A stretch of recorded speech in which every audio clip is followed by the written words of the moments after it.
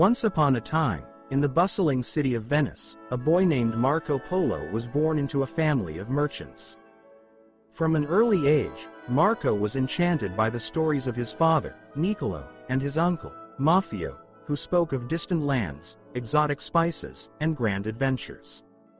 The Polo family was well known in Venice for their trade connections and their courage to travel far beyond the familiar waters of the Mediterranean Sea. When Marco was just 17 years old, he embarked on a journey that would change his life forever. His father and uncle had decided to return to the court of Kublai Khan, the great Mongol emperor they had met years earlier. They wanted to bring Marco along, believing that his youth and curiosity would serve him well in the unknown lands of the East. The journey began with a voyage across the Mediterranean to the bustling city of Acre, in the Holy Land. From there, the trio traveled overland, navigating through the treacherous deserts of Persia, the towering mountains of Afghanistan, and the vast plains of Central Asia.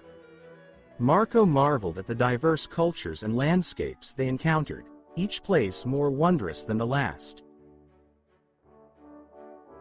After 4 long years of travel, they finally reached the magnificent court of Kublai Khan in Shangdu, also known as Xanadu. The Khan's palace was a marvel of engineering and opulence, with golden walls and gardens that stretched as far as the eye could see. Kublai Khan welcomed the Polos with open arms, intrigued by the stories they brought from the distant west. Kublai Khan took a particular liking to young Marco, who quickly learned the Mongolian language and immersed himself in the culture. He was fascinated by the intricate customs of the court and the advanced technologies he encountered, such as paper money and efficient postal systems.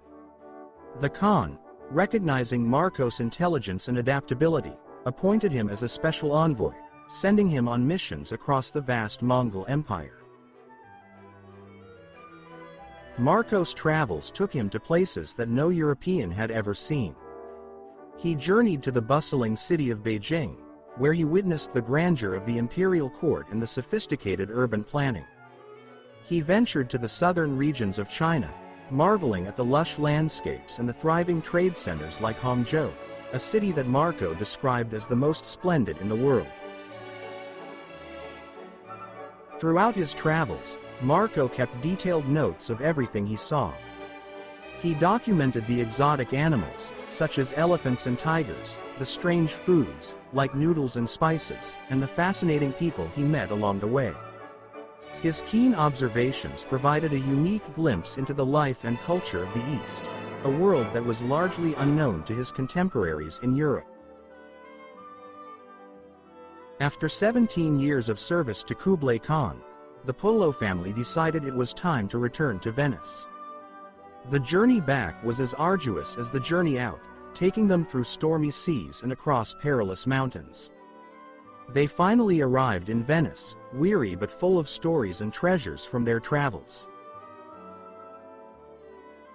Back in Venice, Marco's tales were met with skepticism by some, but many were captivated by the vivid descriptions of the distant lands. He was eventually captured during a conflict between Venice and Genoa and spent his imprisonment dictating his adventures to a fellow prisoner, Rustichello da Pisa. This account, later known as The Travels of Marco Polo, became one of the most important travelogues in history, inspiring countless explorers and adventurers. Marco Polo's life was a testament to the power of curiosity and the spirit of adventure. He bridged the gap between East and West, bringing back knowledge that enriched the world. His stories ignited the imaginations of many, including Christopher Columbus, who would set sail centuries later in search of new lands. And so, as the stars twinkled over Venice, Marco Polo's legacy continued to shine, a beacon for all those who dared to dream of distant horizons and the wonders that lay beyond. The end.